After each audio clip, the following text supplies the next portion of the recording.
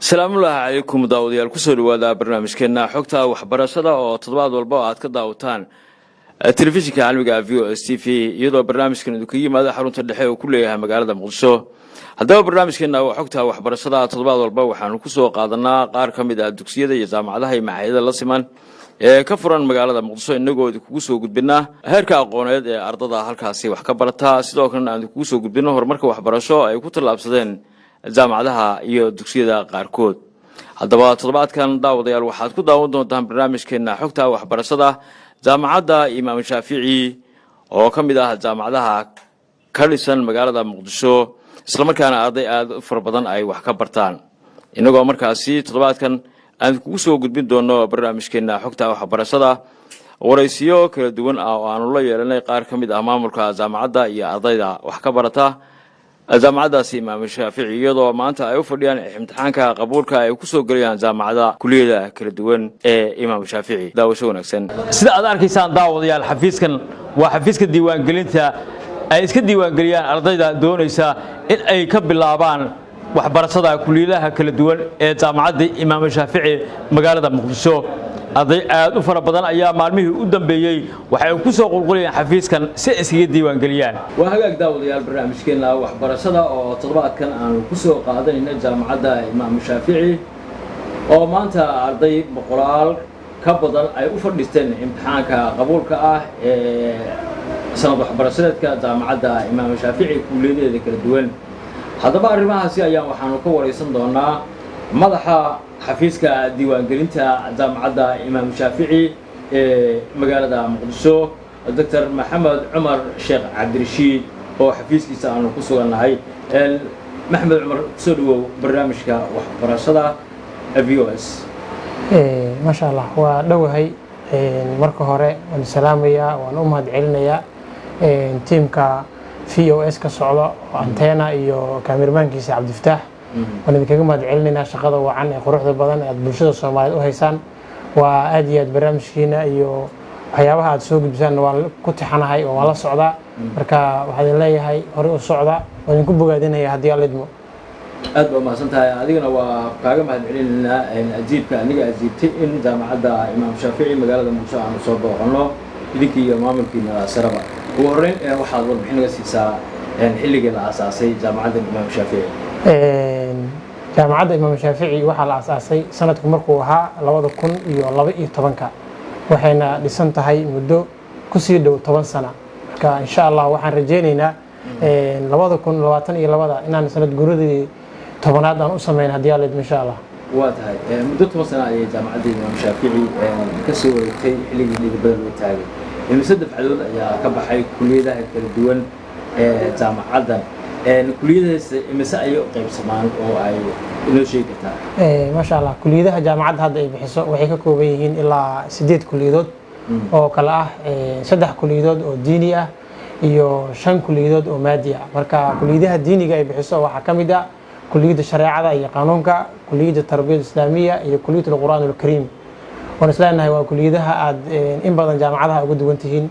aad iyo aad kulliyadaha kale inta oo bixino waxaa ka mid ah kulliyadda caafimaadka qaybaheeda kala duwan, kulliyadda engineering iyo IT-da macnaha qaybaheeda kala duwan, iyo kulliyadda economiga dhaqaalaha iyo qaybaheeda kala duwan, kulliyadda administrative and financialka qaybaheeda kala duwan, iyo waxa kale inta oo bixinaa kulliyad aan isleenahay si khaas ah ayaa jaamacaddu ay gooni u leedahay oo kulliyadda yiraahdo language and translation oo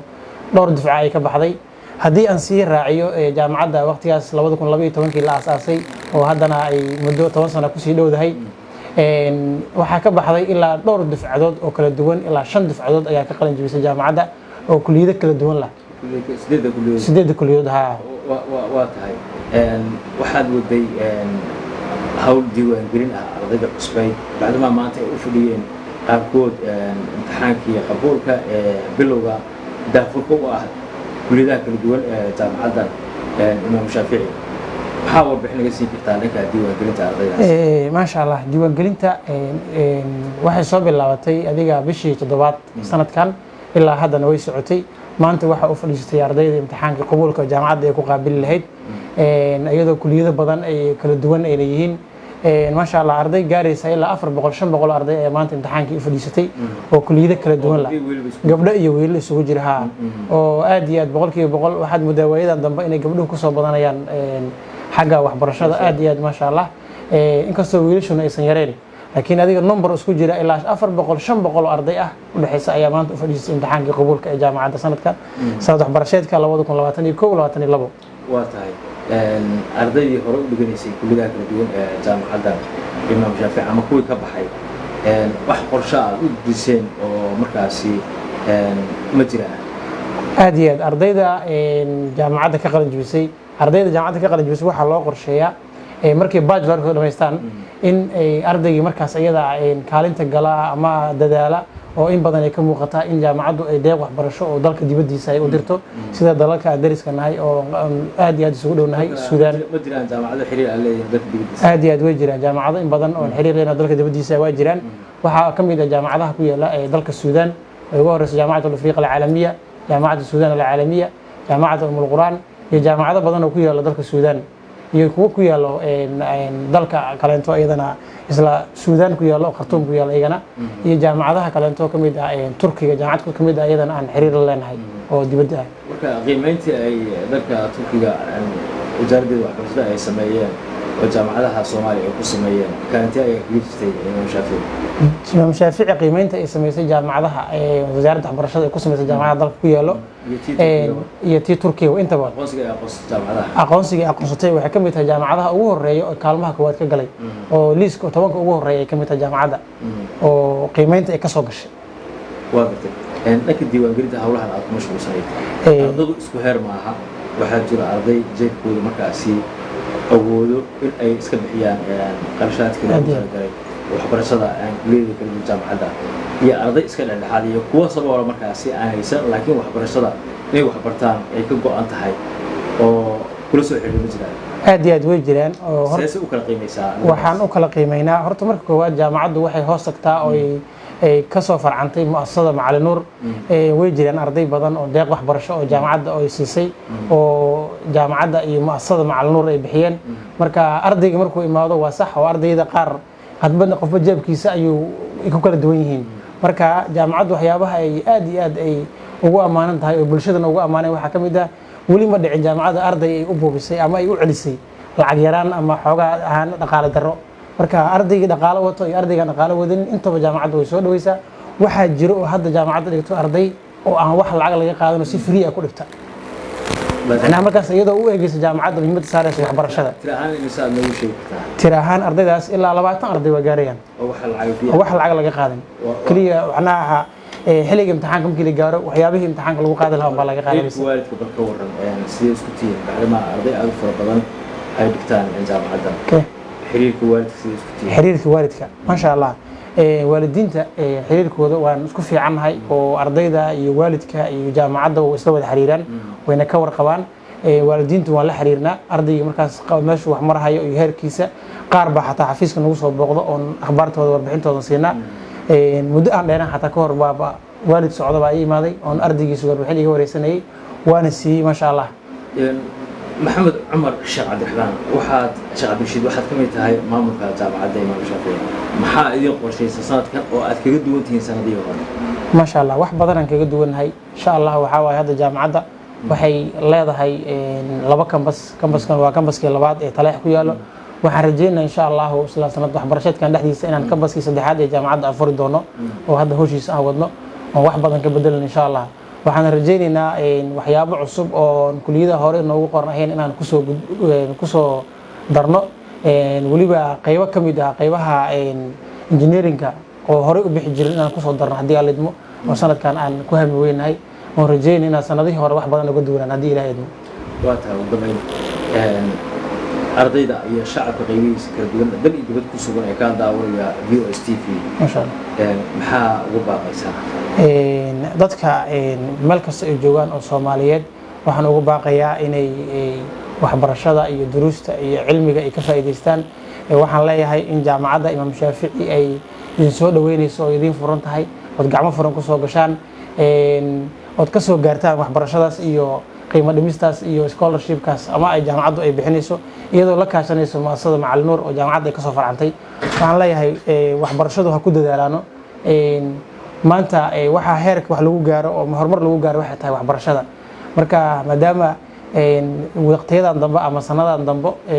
Soomaalidu ay waxbarashada ay aad u xiiseyso ay ku soo korortay, waxaan rajeynayaa insha Allah sanadka ka dambeeyo in waxbarashadu ay sii kori doonto insha Allah. Waxaan leeyahay aan wax baranno si aan barwaaqo u gaarno haddii Ilaahay idmo. aad baa mahadsantahay. insha Allah. waa hagaag daawadayaal sida aad arkaysaanba kaas wuxuu ahaa Maxamed Cumar Sheekh Cabdirashiid oo ah madaxa xafiiska diiwaangelinta kulliyadaha kala duwan ee jaamacadda Imaam Shaafici ee magaalada Muqdisho. inagoo ka wareysanay qorshayaasha u degsan jaamacaddan Imaam Shaafici iyo xilliyadii la aasaasay iyo dafcadii ka baxayba. daawadayaal waxaan idin soo gudbinaynaa haatan oo aad daawan doontaan qaar ka mid ah boqolaal arday ah oo jaamacadda haatan ku soo biiray islamarkaana u fadhiya imtixaanka qabuulka ah ee markaasi lagu daafurayo ama lagu geliyo kulliyadaha kala duwan ee jaamacaddan Imaam Shaafici. waxaa kaloo aad ku daawan doontaan barnaamijkeena intaan ku gudirno daawadayaal qaar ka mid ah ardaydaasi oo ka warbixinaya dareenkooda. بسم الله الرحمن الرحيم الحمد لله رب العالمين aad ugu faraxsanahay imtixaanka maanta qabuulka ee nagala qaaday aadan u sahlan kulliyada dooratay kulliyada aan doortay magacaygu waa Cabdikariin Maxamuud Faarax maanta ku soo biiray oo imtixaanka qabuulka loo qaaday jaamacadda Imaam Shaafici al-Caalami waxaana doortay kulliyada tarbiya. waa tahay kulliyada tarbiyada ee jaamacadda Imaam Shaafici maxaad ku jeclaatay oo aad kaga xulatay jaamacadaha kale? sida la ogyahay jaamacadaha magaalada Muqdisho waxay ku kala badiyaan kuwana maadiga u badan yihiin kuwana diiniga, marka sidaa darteed ayay diiniga ayay xoog saartaa iyada jaamacadaha kale lamid ah. sidee u aragtay dareenkaaga soo waasitay? dareenkii aad iyo aad ayuu u faraxsan yahay waana aad iyo aad. أولاً مجاعيجو حالي راد عبد الرحمن نور شيخ عمر وحن كفرح سنة هاي مانتا إن امتحان كيكو هذا قبول كان أوجل جامعة الإمام الشافعي أنا يعني أداء أودنيناي كلية دورتنا وحالي راد كلية التربية قسم الدراسات الإسلامية. maxaad ku jeclaatay oo ku dooratay kulliyada tarbiyada ee jaamacadda Imaam Shaafici magaalada Muqdisho oo aad markaas kaga doortay jaamacadaha kale ku yaal? kulliyada horta haddaan ka hormaro kulliyada ahaan waxaan ku jeclaaday kulliyada waxay ka hadashaa tarbiyada islaamka maadaama ummadda islaam aan nahanay caruurteena aan rabno inaan tarbiyeyno saas darteed waxaan u dooranay kulliyada. jaamacaddana waxaan kaga dooranay jaamacadaha kale waxay tahay maadaama aan in badan baxtinay dadaalka iyo juhdiga badan ay gelisay macnaha ardadii naga horeysay jiilasha ay soo saartay. sidaas daraaddeed ani macnaha waxaan u doortay inay jaamacadda u qalmato inaan ka barto kulliyadaas. waxaad ku dayatay oo aad markaasi aad tusaale kaga qaadatay ardadii hore ee ka baxday kulliyada tarbiyada ee jaamacadda Imaam Shaafici. si fiican ardadaas hore ku day maxay wax qabad ama horumar ay sameeyeen? ardadaas waxay horumar suubeen horta aqoontooda way kobcday bulshadii ka soo dhaxbaxayna waxay ku celiyeen cilmiga ay soo barteen cilmigaas haddana waxa uga faa'iideeyeen bulshadii ay macnaha marka hore ka soo dhaxbaxeen. marka wax qabadkaas oo aqoonta iyo bulshadii ay wacyi geliyeen ay macnaha uga day waxaad leedahay door muuqda ayay hadda ku leeyihiin deegaanada ay ku noolyihiin. si fiican qolo kastaba deegaanka ka timaada waxay ku leedahay yani door muuqdo ilaa ay ka noqdaan yani xidigo oo kale. أولا magacaygu waa Axmed Cabdullaahi oo maanta galay jaamacadda Imaam Shaafici imtixaanka ugu horeeya qabuulka. imtixaanka ugu maanta aad u macnaha imtixaan u ahaa iska maasha Allah waa insha Allah waxaan ka rajaynayaa imtixaanka inaan ka guul gaaro duu Ilaahay raajo. marka kulliyada ayaa doortay. waxaad doortay kulliyada computer science. waa tahay maxaa ku jeclaatay kulliyadaasi aad ka bilowdo jaamacadda Imaam Shaafici oo aad kaga doortay jaamacadda? أولا horta kulliyada waxay ahayd kulliyada hobbigayga markasta oo aan ku haamin jiray. jaamacaddan waxaa ku doortay inay tahay jaamacadda tayo sareysa oo jaamacadaha kale kaga duwan dhowr arrimood. sidaas ayaan ku doortay. أولاً مقعي عبد القادر علي أحمد أكو فرحسنا يتعامل ما أنت قال قبولك وصول دويننا. kuliyadee ayaa dooratay إذا قلت health science lab. okay health science kuliyadaasi markaas jaamacadaha kale health science lab been أنا برتان هو بيجي وايد أكو دورتين تاسنا حتى تيجي جامعة اللي أنا كدورتي. صبرك عرجين يعني كل استو همي نجاري. magacaygu waa taaliil Umar Xareed aad ayaan ugu faraxsanahay maanta inaan ka qayb galo imtixaanka qabuulka ee jaamacadda Imaam Shaafici waxaan ugu imaaday gobolka Hiiraan gaar ahaan degmada Maxaas taasoo ah kunka jaamacadeed ee ku taala magaalada Muqdisho ama se gobolka Hiiraan ku taala aan ugu doortay tayada ee leedahay jaamacadda Imaam Shaafici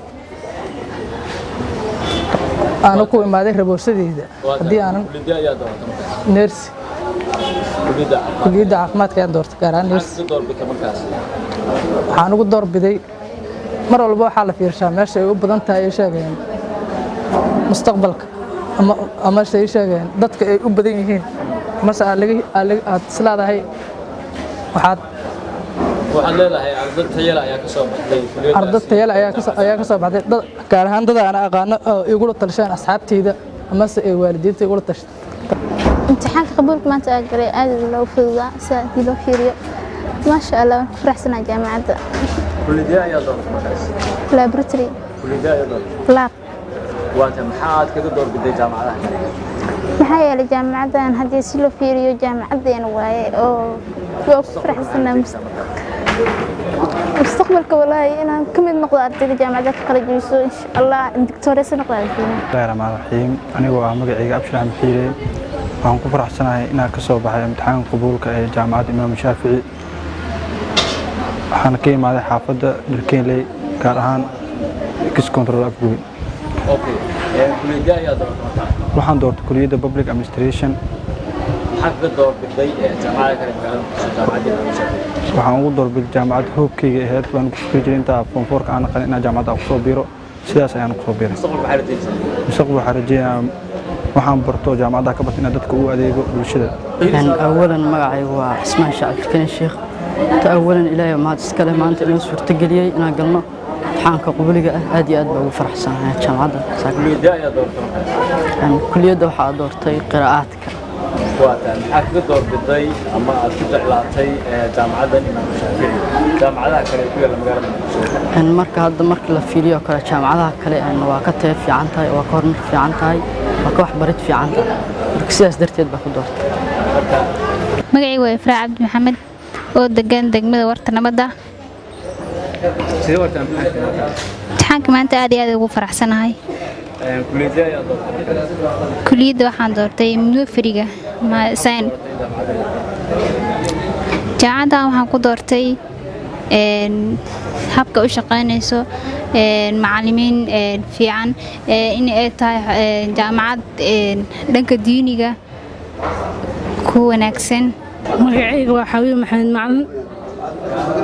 aad ugu faraxsanahay jaamacadda kuliyadee ayaa dooratay nurse maxaad kaga doorbiday jaamacadaha kale jaamacadda Imaam Shaafici waxa uu doorbiday horta lama soo koobi karo ana form 3 ah ma jiray alxamdulillah hadna ilaahay waa isaqri yaraantaadii bacdamaha ku hamin jirtay hadda hamigay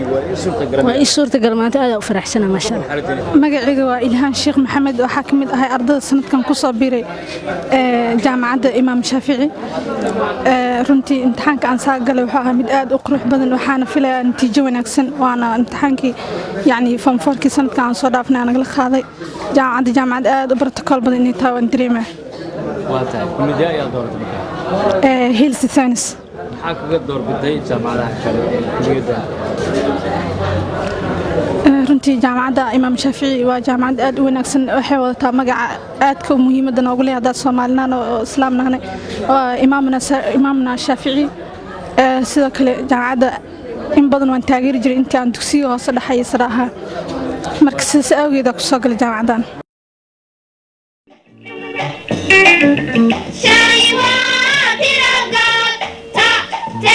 Ti, to, tu.